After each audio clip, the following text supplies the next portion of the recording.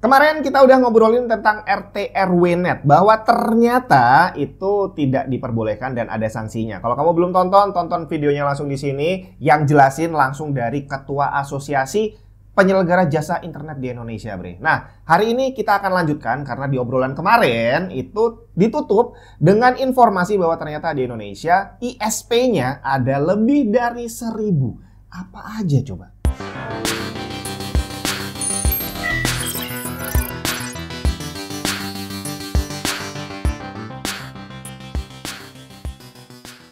Buat yang lagi hunting komponen PC, bisa coba mampir ke tokonya Tech and Tips. Scan aja barcode ini atau klik link yang ada di deskripsi, terus cek katalognya. Ada beberapa komponen mantan review, ada yang baru, ada merchandise Tech and Tips, dan mau ngerakit PC juga bisa sekalian di sana. Konsultasi gratis, Bre. Nah, kembali lagi dengan Pak Dar.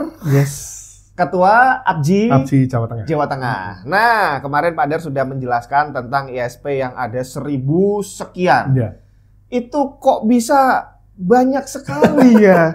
Itu gimana? Kemana aja? Maksudnya kok kita nggak pernah dengar? Apa nggak pernah ngiklan atau gimana? Gini, itu tersebar di seluruh Indonesia ya. Seluruh Indonesia, oke.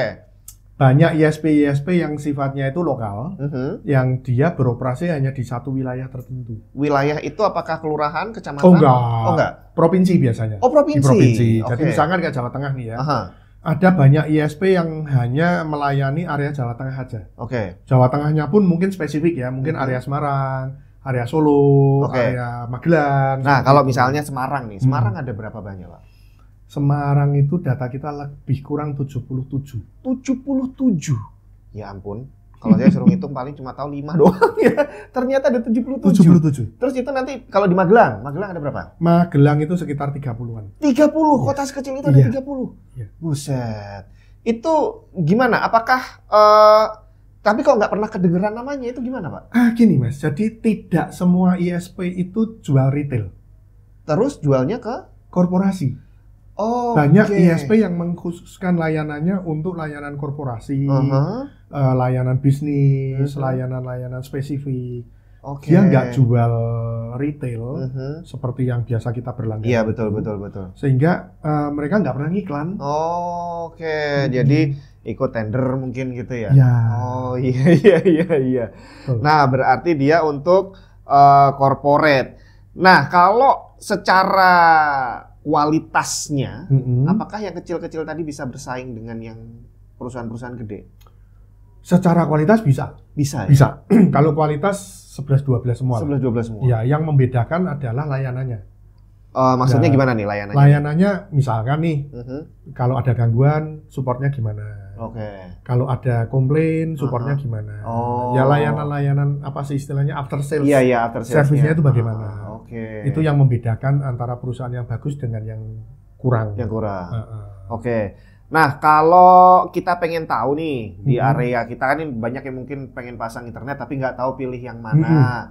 Kalau pengen tahu kan di Semarang tadi ada 70, bisa nggak sih ngelihat listnya di mana nih yang 70 itu? Kebetulan. Ini saya harus cerita ini. Waduh, jadi gini, APJI Jawa Tengah lagi menyiapkan suatu sistem database informasi. Namanya kita kasih agak nyeleneh. Oke.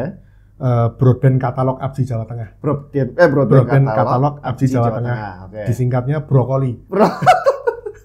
Iya. Brokoli.id. Teman-teman mungkin sudah bisa buka, cuman mungkin datanya belum ada ya. Oke, Brokoli. Linknya nanti saya taruh di bawah ya. Brokoli.id. Itu nanti teman-teman di situ bisa lihat, pilih kota, pilih kecamatan, pilih kelurahan, nanti akan keluar. ISP yang ada di kelurahan teman-teman itu siapa saja. Ada kontaknya, bisa dihubungi. Oh gitu. Ya. Oke, tapi itu untuk Jawa Tengah aja. Hanya untuk Jawa Tengah. Daerah lain apakah sudah ada yang bikin kayak gitu? Kayaknya belum ada. Karena kita kemarin itu karena belum ada makanya kita bikin. Oke. Iya. Boleh. Nah, kalau misalkan ini tadi yang kemarin kan kita udah bicara tentang RT RW-Net dan reseller. Apakah reseller bisa akhirnya nanti masuk menjadi kategori tadi ISP? Naik kelas bisa sekali. Bisa sekali. Kalau secara teknis dia mampu, secara administratif dia mampu, dia tinggal ngajukan izin. Selesai. Dan kalau itu berarti dia bikin nama sendiri? Iya. Jaringannya ikut mana? Masih tetap ikut? Bikin sendiri juga? Buset. Iya. Wah, berarti modalnya gede loh berarti ya untuk menjadi ISP itu ya? Enggak juga. Wah, masa enggak? Jadi kan salah kalau berpikir begitu. Masa? Coba gimana? Dari 1.000 sekian anggota APSI itu, 70% lebih itu UMKM. UMKM? Yes. Oke. Terus? Dan itu kebanyakan dimulai dari garasi rumah, dari dapur, dari ruang keluarga. Asik nih. Jadi kalau ada yang berpikir bahwa ISP ini adalah bisnis yang berskala besar, modalnya miliaran rupiah, enggak. Ternyata enggak ya. Salah. Oke, iya. Dari garasi, Bre, kayak ceritanya Steve Jobs ya. Yes. Justru dari orang-orang kreatif ini lahir layanan-layanan yang juga kreatif. Oke. Dengan fitur-fitur yang saya yakin perusahaan besar mungkin nggak kebayang. Hal-hal seperti itu yang menjadi nilai jual lebih dari teman-teman lokal sebenarnya. Nah, dengar-dengar juga nih, saya pernah dengar kalau kemarin waktu COVID itu ternyata jumlah ISP-nya juga meledak. Iya, betul ya. Jadi gini, 2020 waktu kita mulai masuk ke pandemi itu, jumlah ISP di Indonesia itu masih di angka 500 sekian. 500? Ya. Dalam hitungan 2 tahun, sampai tahun 2023, sudah naik 2 kali lipat. Buset. Berarti karena kemarin semua orang internetan, online akhirnya itu. Nah, kalau interior rumah udah cakep, bahkan cari WiFi router pun harus yang cakep. Asus Zen Wi-Fi AX XT8 menggunakan tri-band Wi-Fi 6 yang support mesh Wi-Fi dengan coverage maksimum lebih dari 500 meter persegi dan Wi-Fi speed up to 6600 megabit per second dan 2,5 gigabit LAN port. Internetan juga lebih aman dengan lifetime free network security dan parental controls. Setupnya juga bisa dilakukan sendiri dengan 3 langkah mudah lewat Asus Router App. Selengkapnya cek link di bawah. Kalau soal ISP lagi nih, kan di Jawa Tengah apakah sudah rata semua daerah atau ada yang? Mostly ya, kalau Jawa Tengah saya berani menjawab hampir semua wilayah Jawa Tengah sudah tercover. Sudah tercover. Ya, nah, mungkin adalah 1-2 lokasi yang masih sulit, tapi saya yakin tidak lama pasti akan sudah tercover. Nah, kalau semisal nih ternyata adalah salah satu dari yang nonton ini ternyata di kampungnya internetnya masih susah, itu apakah bisa langsung mendaftar sebagai ISP atau harus ada ISP dulu masuk untuk pasang dan dia baru ngikut atau gimana? Kalau dia siap secara teknis dan administrasi langsung ya? Bisa. Bisa. Nggak ada larangan untuk Nggak ada larangan ya? Wah, mantep juga ini. Dan mungkin waktu COVID kemarin mungkin gara-gara itu juga kali ya? Betul. Dan uniknya Mas, di Jawa Tengah ini ya, by data ya. Kalau kita ngomong Jawa Tengah, kota besar di Jawa Tengah itu kan kalau nggak Semarang, Solo, Magelang, Purwokerto, Pekalongan. 2 tahun semasa COVID itu, 2021 sampai 2023, di kota-kota besar ini malah pertumbuhannya nggak seberapa. Oh gitu? Nggak seberapa. Semarang dalam 2 tahun itu malah nggak ada. Nggak ada nambah? Nggak ada nambah. Solo itu cuma nambah 2 atau 3. Oke, berarti malah sisanya itu malah tumbuh di kabupaten-kabupaten. Oh gitu. Sragen, Wonogiri, Banjarnegara, Cilacap, yang kota-kota kecil yang jauh dari kota besar, justru pertumbuhannya pesat sekali. Oke, jadi akhirnya internet jadi bisa semakin merata berkat ISP-ISP kecil ini ya, UMKM ini ya. Oke, ini saya juga baru dengar kalau ternyata salah satu bidang usaha UMKM adalah membuat ISP. Betul. Wah, mantap sekali. Jadi nggak perlu bikin jaringan sendiri, tinggal kerjasama aja sama ISP yang sudah ada gitu kali ya? Bisa begitu, bisa gelar sendiri juga. Cuman kalau mau gelar sendiri, satu hal yang jangan sampai terlupakan adalah menggunakan perangkat-perangkat yang sudah tersertifikasi. Itu aja. Pada intinya perizinan lah ya. Iya. Betul. Betul. Nah, kalau kita bicara tentang tadi nih area-area yang sulit terjangkau, yang kemarin barusan rame adalah hadirnya Starlink, bahwa ternyata perangkatnya bisa kita beli, individu bisa beli dan bisa dipakai dimanapun. Betul. Itu gimana? Apakah itu akan mempengaruhi profit lah? Ya. Sebenarnya gini Mas, kalau ngomong Starlink ya, yang terkena impact langsung itu bukan ISP. Loh, terus? Malah bukan ISP. Oh gitu. Yang terkena dampak langsungnya adalah sesama penyelenggara satelit dan seluler. Oh gitu. Yang terkena dampaknya paling parah mereka berdua. Oke. Berarti internet satelit itu sebelum Starlink di Indonesia juga sudah banyak? Banyak. Oh gitu. Banyak. Terus kenapa kok Starlink ini heboh banget? Apa yang spesial dari Starlink? Kok Indonesia nggak mempromosikan sendiri bahwa kita juga punya gitu loh. Jadi gini, kalau kita ngomong teknologi ya, kita latar belakang teknologinya, Starlink itu sebenarnya nggak beda-beda dengan layanan satelit lain. Cuman ada satu hal yang memang luar biasa dari Starlink ini adalah gini. Saya mesti cerita nih, kalau kita pakai perangkat VSAT ya, VSAT itu yang untuk satelit itu yang untuk satelit ya, dish yang untuk satelitnya itu, parabolanya itu perangkatnya itu, instalasinya itu sulit sekali. Oke. Orang yang expert yang bisa masang. Saya aja suruh masang nggak bisa. Nggak bisa. Karena itu ya dia harus pointingnya setengah mati. Terus settingannya itu juga butuh kesabaran yang luar biasa. Oke. Karena ini masangnya susah. Biayanya mahal. Betul. Dan kita nyari tenaga yang bisa melakukan instalasi ini dengan cepat itu terbatas. Oke. Nah, sehingga VSAT ini pertumbuhannya tidak segencar teknologi yang lain. Iya. Nah, Starlink itu membuat terobosan. Oke. Satu, dia menggunakan satelit low orbit. Yang kita sebut dengan satelit LEO. Oke. Ya, low Earth orbit. Itu berarti beda teknologi dengan satelitnya VSAT? Sama sebenarnya. Tapi dia menggunakan satelit yang orbit rendah dan jumlahnya ribuan. Oh, jadi di atas kita ini jumlahnya ada ribuan. Buset. Ada ribuan. Itu satelit punyanya dia sendiri. Punyanya Starlink sendiri. Oke. Dan ukurannya kecil. Mereka sebutnya itu microsat. Satelit micro. Ukurannya itu cuman kira-kira satu kulkas di kamar kos itu. Oh iya. Kira-kira hanya sebesar itu. Sekali meluncur itu dia bisa menyebar ratusan satelit di atas orbit kita. Sehingga perangkat yang kita pasang, antena yang kita pasang di bawah ini nggak butuh pointing. Oke, karena bisa nangkep dari mana saja. Dan dia sudah dilengkapi dengan teknologi automatic adjustment. Oh, berarti nyari sendiri. Oh, iya. Sehingga kendala untuk instalasi di bawah itu tadi sudah hilang dengan Starlink. Jadi kalau kita ngomong secara teknologi transmisi datanya, sebenarnya ya sama saja, gitu nggak beda. Oke. Berarti kalau yang tadi bisa dipakai di semua tempat, berarti saya pakai di sini, saya sama saya bawa ke gunung misalkan, sama aja ya, nggak ada bedanya. Cuman kita mesti ingat, satelit low orbit ini punya kelemahan. Oke, kelemahannya adalah dia rentan terhadap cuaca. Oke. Nah, ini yang memang kita mesti antisipasi ya, karena kita tahu di Indonesia ini kalau sudah masuk musim hujan, bulan-bulan yang sudah ber ini sampai Februari Maret itu, kalau mendung kadang-kadang jemuran 5 hari nggak kering. Betul. Nah itu kira-kira kalau kita pakai satelit, kualitasnya pasti drop. Oh gitu. Ya, ini yang kita harus waspada. Oke. Kalau kita pakai Starlink, ya jangan sampai kita tidak punya backup, apalagi kalau kita pakai itu untuk sesuatu yang krusial ya, yang memang sensitif datanya. Kita harus waspada itu. Oke, berarti ini tadi alasannya kenapa kok tidak terlalu mempengaruhi penjualan ya, karena memang secara performance dia tidak bisa menggantikan dia. Jadi memang kita sih kalau menyarankan selama masih ada jaringan terestrial.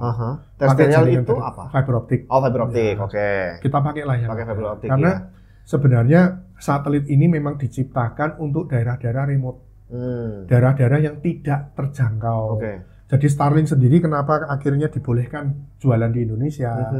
Karena kita tahu wilayah-wilayah di luar Jawa itu banyak sekali yang belum tercover. Oke. Tujuannya ke sana sih sebenarnya. Iya, benar-benar. VSAT pun juga kalau ke sana terlalu mahal. Mahal. Dan sulit masangnya. Iya, betul. Nah, kalau kembali lagi ke masalah RT/RW-net. Di Starlink berarti harusnya ada aturan juga bahwa tidak boleh dijual lagi ya? Sama. Itu berlaku umum. Wah, ini berarti kalau kamu beli, dipasang di kampung kamu, nggak boleh sebenarnya di-share berarti. Iya. Kalau masalah yang kemarin perizinan, pernah ada info nggak bahwa kita bisa izin jadi sebagai resellernya Starlink gitu kalau di Indonesia? B2B-nya kayaknya bisa deh. Gitu? Mungkin bisa dikontak saja langsung. Oh, itu nggak masuk ke ABGI? Enggak. Kalau bisnis teman-teman jalan sendiri. Oh gitu. ABGI itu hanya mengurusin ranah di teknologi dan ininya kerjasama dengan internal dan eksternal aja sih. Oh, berarti nggak sampai ke bisnisnya. Oh gitu. Jadi dia nggak mungkin masuk sebagai anggota ABGI. Oh masuk. Jadi gini, ada satu keunikan di Indonesia bahwa semua ISP yang melayani Indonesia itu harus menjadi anggota ABSI. Oh gitu. Ya. Oke, berarti Starlink juga sudah jadi anggota ABSI. Ya. Tapi apa yang maksudnya tadi tidak gini, jadi kalau misalkan teman-teman mau menjadi resellernya Starlink, itu nggak lewat ABSI, itu langsung sama Starlinknya langsung ke sana. Gitu. Oh gitu. Iya, I see. Nah, berarti karena Starlink tadi dia pakai low orbit satelit tadi, dia rentan terhadap cuaca gitu ya. Dan ukuran antenanya kan kecil itu. Benar. Kecil sekali. Ya, di satelit itu namanya radio juga. Semakin kecil antena, sinyalnya pasti semakin lemah. Iya, betul. Nah, kalau misalkan nih soal tadi satelit dan VSAT yang di Indonesia sudah ada, apakah dari pemerintah ada rencana untuk membuat teknologi yang serupa dengan Starlink atau gimana? Apakah kita sudah punya kemampuan untuk ke sana? Punya ya kita ya. Jangan lupa loh, Indonesia itu salah satu negara di Asia yang mempelopori penggunaan satelit. Iya, betul. Ya, satelit Palapa itu kita yang pertama itu di Asia. Iya, benar. Cuman kalau untuk mengejar Microsat sampai sebanyak Starlink sih rasa-rasanya juga susah ya. Ya. Nggak visible lah, nggak masuk akal ya. Cuman kalau ditanya apakah ada langkah ke sana, pasti ada. Berapa waktu yang lalu saya ketemu dengan teman-teman dari Kominfo pun juga mereka ada rencana untuk menggagas ini. Jadi memang benturannya memang biasanya di anggaran. Karena satelit itu kan bukan barang murah. Iya, benar. Starlink itu dia bisa menjual dengan harga yang dijual sekarang karena dia penjualannya global dan masif. Iya sih, benar. Dan modalnya dia juga besar. Roketnya punya dia sendiri, satelitnya dia sendiri yang bikin, operasionalnya dia sendiri yang ngurusin, sehingga ya dari situ operasionalnya bisa ditekan. Iya benar, kita roket juga belum punya Pak ya. Iya. Tapi sebenarnya kalau kita ngomong selain Starlink, teknologi lain banyak ya. Tidak harus menggunakan satelit sih sebenarnya. Cuman memang paling cepat dan paling efektif saat ini memang satelit. Karena dengan satu satelit kita sudah bisa mengcover seluruh wilayah Indonesia. Iya, betul. Nah, kalau dulu nih Pak, saya kan udah pernah tinggal di Papua nih. Nah, di sana itu sinyalnya memang di beberapa daerah yang agak pinggir itu memang susah. Itu untuk jaringan fiber di sana tuh seperti apa? Apakah perkembangannya bisa bakal cepat atau? Ya, kalau kita ngomong Indonesia bagian timur, susah ya. Dengan berat hati kita harus menjawab, nggak mungkin bisa secepat itu ya. Iya. Tapi untuk fibernya sudah ada di sana? Tetap ada. Sudah ada. Kalau kota-kota besar itu tetap ada lah. Oke. Sorong, Merauke itu ada. Cuman mungkin tidak semasif di Jawa. Kita nggak usah Papua deh ya. Nusa Tenggara saja itu juga masih susah. Waduh. Ini memang jadi PR bersama. Saya juga ke teman-teman juga berulang kali menyarankan, udahlah kalau mau invest jangan di Jawa deh, ke timur deh. Iya benar. Kendalanya memang kalau kita ke timur itu biayanya besar. Ini yang memang jadi PR antara ABSI dengan pemerintah juga. Gimana nih caranya supaya bisnis di timur ini bisa menjadi gula-gula gitu ya, menarik investor untuk masuk ke sana. Benar. Karena kalau enggak ya kasihan juga sih ya. Iya benar, soalnya jadi nggak merata. Nah, kalau dari angka ISP tadi di Semarang 77, nah pembagian sisanya untuk seluruh Indonesia itu persentasenya gimana Pak? Dari 1000 sekian itu kira-kira 65% ada di Jawa. 65% di Jawa. Jawa Bali lah ya. Jawa Bali. Oke. Terus kalau untuk yang paling timur lah, misalkan Ambon, Maluku, Papua, itu ada berapa banyak di sana? Sebagai perbandingan aja, itu sedikit sekali. Sekitar nggak sampai 30 ya. Nggak sampai 30. Buset. Jadi sekian banyaknya pulau dibandingin kota Semarang aja. Masih banyak Semarang. Oke. Karena jangan lupa Mas, kalau kita ngomong Sulampua ya, Sulawesi, Maluku, Papua, itu jaraknya jauh-jauh. Iya benar. Kedua, mereka itu terdiri dari pulau-pulau kecil yang jumlahnya ribuan. Ya mungkin kalau kita masih Sulawesi dan Papua ya mungkin yang itu pulaunya masih besar, gede gitu ya. Maluku saja, saya barusan ngobrol dengan Kapendil Sulampua kemarin Pak Malik. Di Maluku saja itu paling-paling baru Makassar, Manado, Palu, Pari-Pari saja belum susah, terlalu, iya benar. Coveragenya belum terlalu merata. Bagaimana dengan Papua? Ya ini yang memang jadi PR kita sih. Betul. Kalau ngomongin itu ngenes Mas sebenarnya. Iya. Ngenes. Karena saya sendiri dulu ngerasain juga, waduh Pak, susahnya kita, ampun. Bahkan gini Mas, nggak usah ke Papua deh, yang tadi saya sebutkan, misalkan Nusa Tenggara Timur deh. ND misalkan. ND itu kan secara teoritis, secara jarak nggak terlalu jauh dari Labuan Bajo. Iya, betul. Kalau kita ngomong Labuan Bajo itu kan orang sudah bayangannya, wah keren, piknik, tempatnya keren gitu kan. ND itu dari Labuan Bajo kan nggak jauh. Di situ aja minus. Minus juga. Untuk akses ya, untuk akses internet ya. Jadi bagian timur Indonesia ini memang jadi PR kita lah intinya itu. Nah, kalau tadi untuk fiber memang susah, tapi kalau untuk seluler gimana, Pak? Seluler itu di dalam naungan APJI juga kan? Iya. Oke. Semua yang melayani internet di bawah kita. Oh gitu. Nah, kalau seluler ini memang lebih lumayan lah ya, terutama di kota-kota ya. Biasanya sudah ada BTS di sana. Cuman memang kapasitasnya juga nggak sebesar di Jawa. Jadi kalau di Jawa satu BTS itu bisa melayani sekian puluh ribu pelanggan. Gitu. Kalau di sana mungkin hanya sekian ribu. Jadi kapasitasnya memang terbatas karena meskipun itu ada tower di situ, tower ini kan harus terhubung ke sentral, ke pusat. Itu lewat kabel juga? Atau macam-macam. Kalau daerahnya sangat terpencil sekali, larinya ke satelit juga. Ini yang membuat layanannya nggak bisa sebagus di Jawa. Iya, betul. Karena kabelnya yang nggak nyampe ke sana. Iya, benar. Nah, kalau yang tadi seluler dia akhirnya pakai satelit juga. Itu apakah satelitnya juga jenis yang sama dengan yang digunakan Starlink? Beda. Berarti tidak terpengaruh cuaca atau gimana? Relatif lebih aman. Relatif lebih aman. Ukuran antenanya juga gede, Mas. Bisa 4 meter, 5 meter antenanya itu gedenya. Iya. Jadi memang relatif lebih aman. Dan itu orbitnya orbit tinggi biasanya. Bukan Leo lagi ya? Bukan Leo. Ya, ini dia. Jadi ternyata dari sekian ribu ISP yang ada di Indonesia, baru 30 Bre untuk yang mengcover Sulampua tadi ya, Sulampua. Kalau secara angka lagi nih Pak, Indonesia termasuk banyak atau termasuk sedikit kalau dibandingkan dengan negara lain? Susah jawabnya. Susah jawabnya. Gimana? Gini, karena belum pernah ada studi yang benar-benar menghitung sebenarnya Indonesia itu butuh berapa. Gitu. Belum pernah ada. Even dari pemerintah pun belum pernah ada. Kemarin barusan kita usulkan, kita harus bikin nih studi ini. Berapa sih sebenarnya yang dibutuhkan oleh Indonesia? Nah, kalau nanti ternyata over gimana? Ya kalau over berarti pemerintah harus moratorium dong. Tapi ya kalau over, kalau kurang. Betul. Kita kan nggak tahu. Ini kan hasilnya bisa dua nih, bisa tiga, bisa kurang, bisa cukup, bisa lebih. Benar. Tapi harus ada studi nih. Nah, ini yang sedang kita dorong untuk kita lakukan. Supaya kita tahu nih, angka berapa sih yang katanya cukup, itu berapa sih? Bisa aja di 1000 ini kurang loh. Iya sih. Kan? Kalau melihat di kota Semarang 70 dan ternyata di sana 30 itu cover itu pasti butuh banyak lagi. Iya. Tapi sebagai gambaran aja Mas.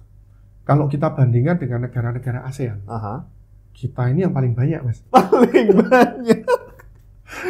Singapura itu kalau nggak salah nggak sampai 10. Ya kalau Singapura kecil. Malaysia itu juga nggak salah sekitar 15-an. Cuma 15-an? Thailand itu juga cuma sekitar puluhan lah. Masih puluhan lah.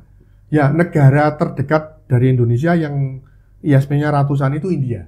India? Ya, India. Tapi nggak sampai ribuan juga ya? Kayaknya belum. Belum sampai. Berarti Indonesia paling banyak. Indonesia termasuk yang paling banyak. Itu kalau dari angka. Kalau dari kualitas layanannya gimana Pak? Nah, ini ceritanya jadi panjang kali lebar. Ya. Aduh, ini biasanya nih kalau panjang kali lebar biasanya nggak bagus nih ceritanya. Ya, jadi gini. Saya harus cerita dulu. Ada suatu habit ya, kebiasaan dari user internet Indonesia yang menurut saya harus dibenerin. Habit apa? Habitnya gini, kita itu suka pakai layanan impor dan bangga. Tunggu, kalau internet importnya gimana? Ya, misalnya layanannya ya, bukan internetnya ya. Layanannya. Layanannya ya, misalkan. Saya tanya nih, jenengan, emailnya pakai apa? Iya sih, pakai bukan punya Indonesia sih ya. Streamingnya pakai apa? Tapi kan di Indonesia nggak punya Pak. Siapa yang bilang? Punya ya? Punya. Punya. Gitu? Iya, itulah. Kita itu terbiasa menggunakan layanan impor dan kita bangga. Selama kita nggak mau merubah habit ini, layanan kita nggak akan naik kualitasnya. Gitu. Kenapa? Karena bandwidth yang kita butuhkan untuk menarik layanan dari luar itu ke Indonesia, itu mahalnya luar biasa. Itu berapa ribu triliun uang kita yang dibuang hanya untuk itu saja. Ya.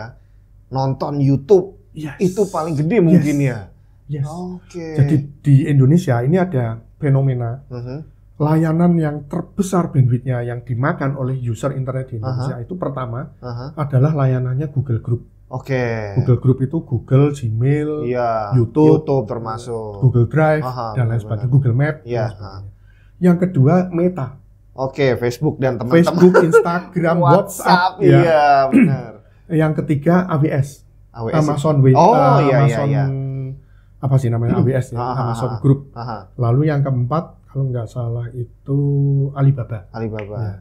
Tencent Group ya, Alibaba Group ya, itu ada TikTok, ada. Iya benar.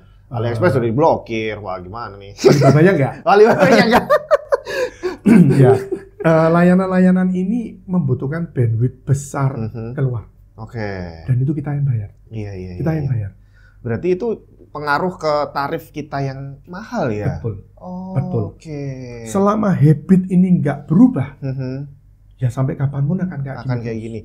Nah, berarti sebenarnya kalau kita bicara bahwa Indonesia punya layanan streaming, tapi kan ya nggak bisa dipungkiri bahwa kualitasnya tidak sebagus YouTube gitu kan? Enggak juga. Masa sih? Enggak juga. Karena orang nggak pernah pakai aja, berpikirnya begitu. Gitu. Apa Pak namanya Pak? Salah satunya? Banyak. Ada banyak. Contohnya apa Pak? Ini saya juga. Waduh, saya nggak hafal terus. Ya sudah, nanti bisa di-share. Nanti saya share di bawah ya. Banyak kok. Banyak ya. Nah, coba masalah gini. Kenapa orang terbiasa pakai YouTube? Ya karena unsur kebanggaan itu tadi. Sebenarnya ya kalau dari saya pribadi itu bukan masalah kebanggaan, tapi lebih ke arah tahunya cuma itu. Nah, apakah yang dari Indonesia ini tidak beriklan atau gimana? Kalah saingan, Mas. Kalah saingan ya. Jadi gini, sekarang kalau kita lihat ya, spesifik kita ngobrolin YouTube misalnya. Jatah iklan yang untuk TV itu sekarang sebagian besar udah pindah. Iya benar. TV sudah kayak hampir megap-megap gitu ya. Udah megap-megap. Nah, iklan ini dimakan YouTube sepenuhnya. Iya, betul nah, Pak. Yang lokal-lokal ini nggak kebagian. Sehingga akhirnya yang gede ya YouTube, yang gede semakin gede. Benar. Dan repotnya lagi adalah mereka ini jadi Google Group ini merasa bahwa yang butuhkan kamu. Iya, betul. Jadi yang YouTube, Google ini nggak mau Mas menyediakan layanan itu di Indonesia, nggak mau. Kita disuruh jemput di Singapura. Iya, benar. Karena mungkin mereka juga nggak mau ikut aturan pemerintah kali ya? Enggak juga. Mereka tunduk pada aturan kita tunduk. Tetap. Walaupun dari Singapura kita karena ada undang-undang PSE. Mereka tunduk. Yang mereka tunduk ya. Tapi mereka nggak mau deliver itu ke Indonesia. Kita disuruh jemput ke Singapura. Jadi duit kita itu larinya ke sana. Seandainya itu dipakai untuk membangun infrastruktur yang memang lokal, itu alangkah luar biasa. Iya sih. Sebenarnya yang masuk ke berita kan waktu itu sempat ada pemblokiran PayPal, terus yang layanan game itu karena mereka nggak mau nurut aturan kita. Iya benar. Tapi seharusnya sebenarnya kalau saya sih setuju aja kalau misalkan di Indonesia bisa mengembangkan layanan yang sama gitu ya. Bahkan saya pernah ngomong gini. Berapa kali forum saya pernah ngomong gini. Agak kurang ajar sih sebenarnya mereka. Gini, kurang ajarnya gini. Anda pakai internet bayar. Ya. Bayar ke ISP. ISP untuk bisa menghadirkan layanan mereka harus bayar. Bayar juga. Ya kan? Mereka dapat iklan. Yang dapat iklan siapa? Mereka. Ya, kita yang bayarin. Mereka dapat untung. Tapi ya benar sih karena tadi mereka menganggapnya bahwa kita yang butuh. Iya kan? Kalau diblokir kemarin begitu diblokir kita yang semua. Iya, kita yang rame. Benar. Karena memang sebenarnya di dalam sendiri kita belum punya substitusinya yang bisa. Sebenarnya ada tapi belum familiar orang gitu dan bahkan ya itu tadi yang saya katakan di depan ya Mas, masyarakat kita itu suka pakai barang impor dan bangga dengan itu. Ya ini memang rodok kualik sih menurut saya ya. Harusnya Anda akan bangga kalau pakai produk kita sendiri, bukan pakai barang impor. Iya benar. Bahkan gini, saya pernah ngobrol dengan salah satu CEO perusahaan gede lah di Semarang ya. Dia dengan bangganya pamer kalau perusahaannya dia itu semuanya menggunakan infrastruktur dari luar. Saya bilang kok gitu kok bangga ya. Kalau saya malu terus terang aja. Kenapa kita bisa kok? Kita bisa bikin kok. Jangan lupa ya, dunia IT. Kita bicara IT ini itu dunia IT. Indonesia ini salah satu negara di Asia Tenggara yang paling maju.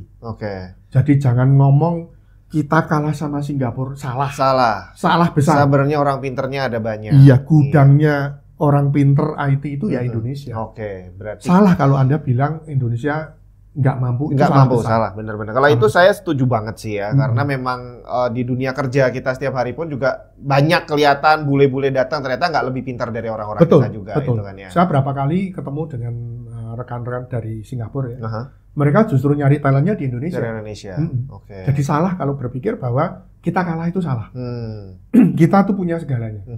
Dan sebenarnya peluangnya besar sekali. Tapi karena marketnya lebih bangga pakai barang impor, akhirnya mereka yang memang betul-betul talentnya bagus lari. Benar, ini saya jadi ikutan malu nih ngobrol sama Pak kayak gini. Enggak sih Pak, tapi sebenarnya sih kalau dari saya sendiri, kalau memang ada layanan yang memang bisa untuk menggantikan, dan kira-kira kalau tadi masalah harga internet di sini mahal, salah satunya karena itu. Dan kalau memang dengan kita menggunakan layanan lokal akhirnya harga internet bisa lebih murah, saya rasa orang-orang juga pasti akan setuju. Jadi tinggal bagaimana kita mensosialisasikan bahwa kita punya layanan ini, kita coba beralih pelan-pelan gitu kali ya. Bagaimana kalau dibalik? Gimana? Kita tantang aja. Kenapa nggak bikin? Iya, gitu aja. Bikinlah. Kalau memang mau bikin. Nantang. Gitu kan? Buat kamu yang sanggup nih ya bikin. Berarti butuh support dari Kominfo juga dong ini. Pasti gitu ya. Pasti itu bisa kita komunikasikan kalau masalah gitu ya. Kita tuh sebenarnya kayak di Abji sendiri juga ada kok support untuk layanan seperti itu ya. Gitu. Iya, bahkan teman-teman itu CSR-nya banyak yang ke situ kok. Cuman karena nggak ada. Ya akhirnya mubazir. Berarti bisa nih, misalkan ada teman-teman yang pengen bikin tadi layanan streaming nih, terus minta support server. Bisa. Bisa. Mantap. Nanti kita tagih ke Pak Dar ya. Monggo. Silakan. Kontaknya Abji nanti komplit ada di bawah, termasuk tadi link-link yang layanan streaming dan lain-lain yang dari Indonesia itu ya. Banyak. Cek aja di kolom komentar deskripsi, Bre. Terima kasih banyak nih informasinya Pak Dar, bahwa ternyata ISP di Indonesia termasuk yang paling banyak di Asia, Bro. Asia ya. Dunia kali. Buset. Iya ya, di dunia. Jepang berapa? Jepang sedikit sekali. Sedikit sekali. Iya di dunia ternyata. Tapi secara layanan kita memang masih belum bisa bersaing. Salah satunya adalah karena tadi kita terlalu banyak mengimpor gitu ya. Terima kasih banyak Pak Dar. Semoga informasi ini bisa bukan hanya sebagai informasi aja, tapi ini tadi bisa menjadi edukasi dan pemicu buat teman-teman yang pintar-pintar tadi. Karena Pak Dar tahu ini banyak yang jago-jago. Kalau butuh support bisa kontak Abji juga. Gitu. Nggak harus ke Jawa Tengah. Kalau teman-teman tinggalnya di luar Jawa Tengah, bisa ke kontak ke 15 pengwil lainnya atau langsung ke pusat. Berarti kalau daerah timur juga ada Abjinya ya? Ada, Sulampu ada. Gitu ya. Yaudah, terima kasih banyak Pak Dar. Thank you. Kita ketemu lagi lain waktu. Siap. Semoga bermanfaat. Sukses.